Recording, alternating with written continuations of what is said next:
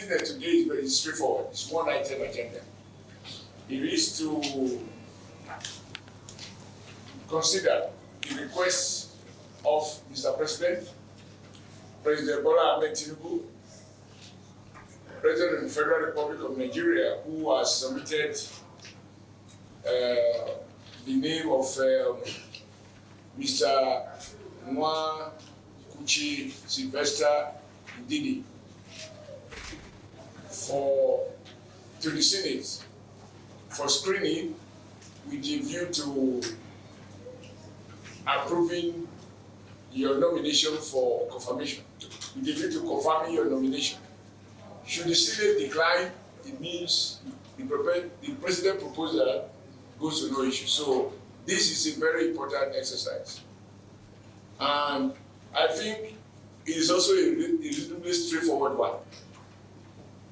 We need to the Senate needs to convince itself that the man before us, nominated by Mr. President, is a fit and proper person, having regard to all the enabling laws that set up the correctional service and other relevant matters, which whoever is aspiring to be the chief executive officer of an important agency such as the correctional home, that we are satisfied that you are fit and proper person to hold that office. On that basis, we will formulate our report and send to the Senate in plenary for consideration. So, happily, I have seen here, you have, by the share volume, what appears to be a dissertation of who you are. And I do not think you need to further speak to it so that we can save time. Because as lawyers, we say the written word is superior to the oral statement. So this is who you are, according to this CV. Yes.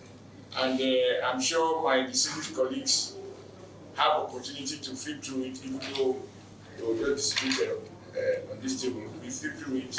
If anybody has any question with regards to what you have put on the paper, we can ask. And if there are other issues that we need to look at, we'll look at them. You have the opportunity to express yourself, but I would not want you to go and read the whole of this. The purpose of putting it in writing would have been defeated. And given the condition of the hall, I don't think that we want to stay here much longer than necessary. Something tells me that because we are dealing with correctional homes and the prisoner have no air condition in their cell, whoever manages the air condition of this hall decided to take it. So that we can experience what prisoners experience when we don't have air condition. So we will go ahead and do what we have to do, but we will make it as quickly as possible, and here we will be thorough and fair. So, with the permission of my colleagues, I will invite you to Mr. Ndidi you have the floor. Just in 5 minutes, summarize transformation in the Nigerian Correctional Service. I have about 7 thematic focus areas, which if the distinguished Senate confirms me, I will want to focus my energy on. I'll take it very briefly. Distinguished Senator, 1 is security. Number 2 is decongestion of our custodial facilities. The 3rd one should be on capacity building and staff welfare. I will also focus on inmates' welfare. Infrastructural intervention is part of the thing I will also key myself into. And the management of juvenile offenders, which in the past have not actually been given the necessary attention it requires. And collaboration with other agencies and critical stakeholders. So we do all know that custody of our inmates is the primary mandate of Nigerian Correctional Service, and that is keeping them in safe custody. That I will endeavor to do by the recruitment of more personnel. I want to also use this opportunity to thank the President of this great nation, Senator Ahmed Bola Tinubu, GCFR, for giving us the opportunity to recruit more staff, about 5,000 personnel into our services, and that's part of the thing we are going to use to fortify our personnel to see that security is enhanced. The deployment of this adequate personnel when they also are employed is also top-notch on my own agenda. So I will also look at the fortification of custodial facilities and their perimeter fences, which you will agree with me, my distinguished, that some of our custodial facilities are up to date, made of mud. So we are looking at fortifying our custodial facilities, and then collaboration with other security agencies. We found that we can't do it alone, in as much as our custodial facilities are cesspools of intelligence. We also need the prosecuting agencies who will receive their products and services to see how we can collaborate to help in decongesting our facilities. So the prompt biometric data capturing of our inmates is also very key. While coming on board, I was able to interact, and I had this robust intervention and collaboration with the DG of NIMSI to see that everybody in custody is captured in NIM. And what would that do? Peradventure, there's an escape, the open space becomes a prison for them.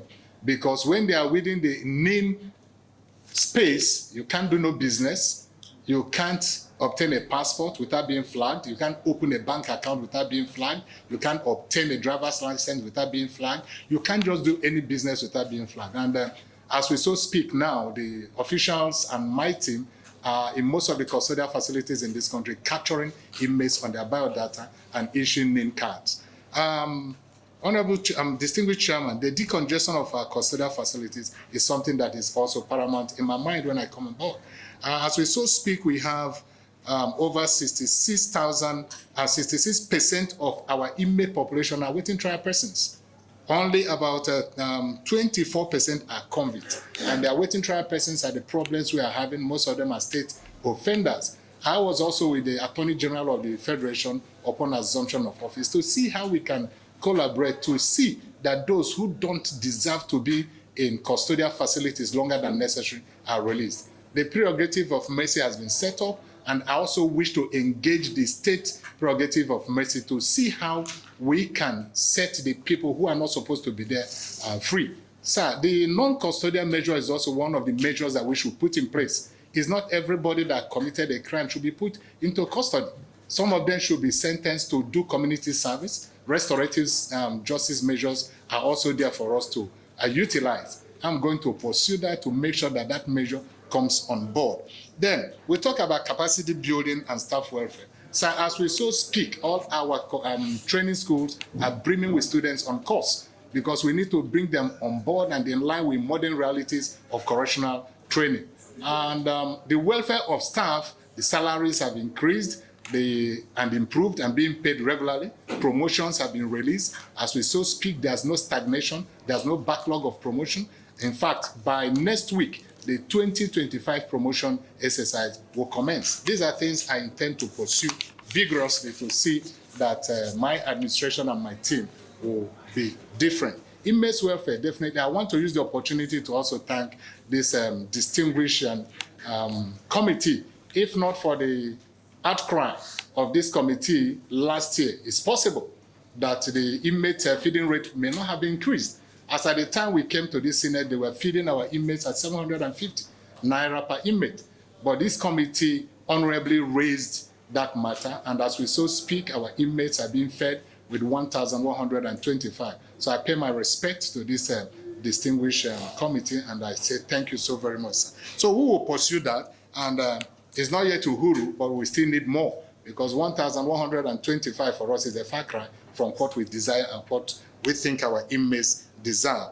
Now, the issue of potable water, we really will need to provide for these inmates because they are also human beings. In as much as they're within the captive audience, they still have the liberty to live like us outside because, like we said, you don't know who will be there next time.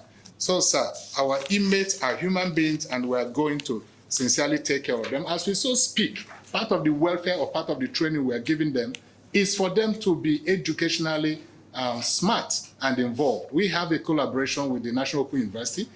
As we so speak, our inmates are also undergoing educational activities and skills. Some are graduating with first degrees, second degrees, and some of them have also engaged themselves with PhDs. So National Open University has given us tuition-free lodges for our inmates to actually study.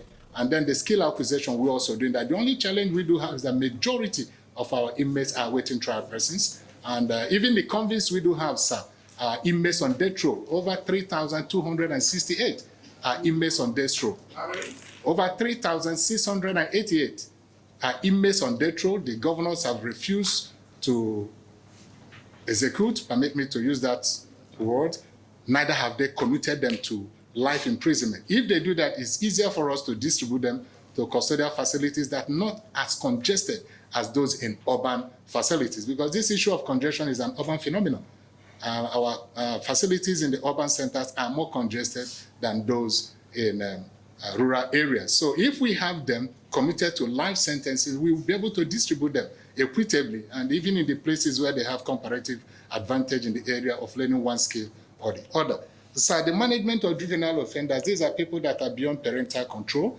We are trying to see how we can also get their facilities well equipped so that when they come in, they will learn a trade and at the same time go to school.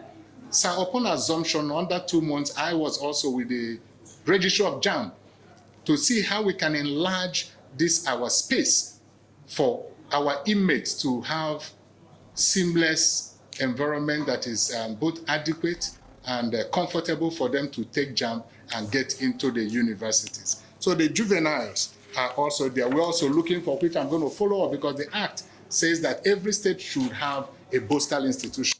We're trying to see how we can also talk to the governors to begin to establish postal institutions in every state, so that these our juveniles who are becoming a problem to the society because they are the more active age group, to see how we can train them on their lives all around. So collaboration with the other agencies, it may interest you to know that I've been able to talk and visit the Inspector General of Police, the DGSSS, the chairman of ICPC, chairman of EFCC, the DG of National Youth Service Corps, so that they can deploy corpers to our facilities to help us to take care of our inmates, doctors who are corpers, and lawyers who are also corpers, to provide pro bono services to some of our indigent inmates that don't have legal representation. These are things I've done so far and much more. If the Honorable Senate confirms me, I'll be so very grateful. Thank you so very much.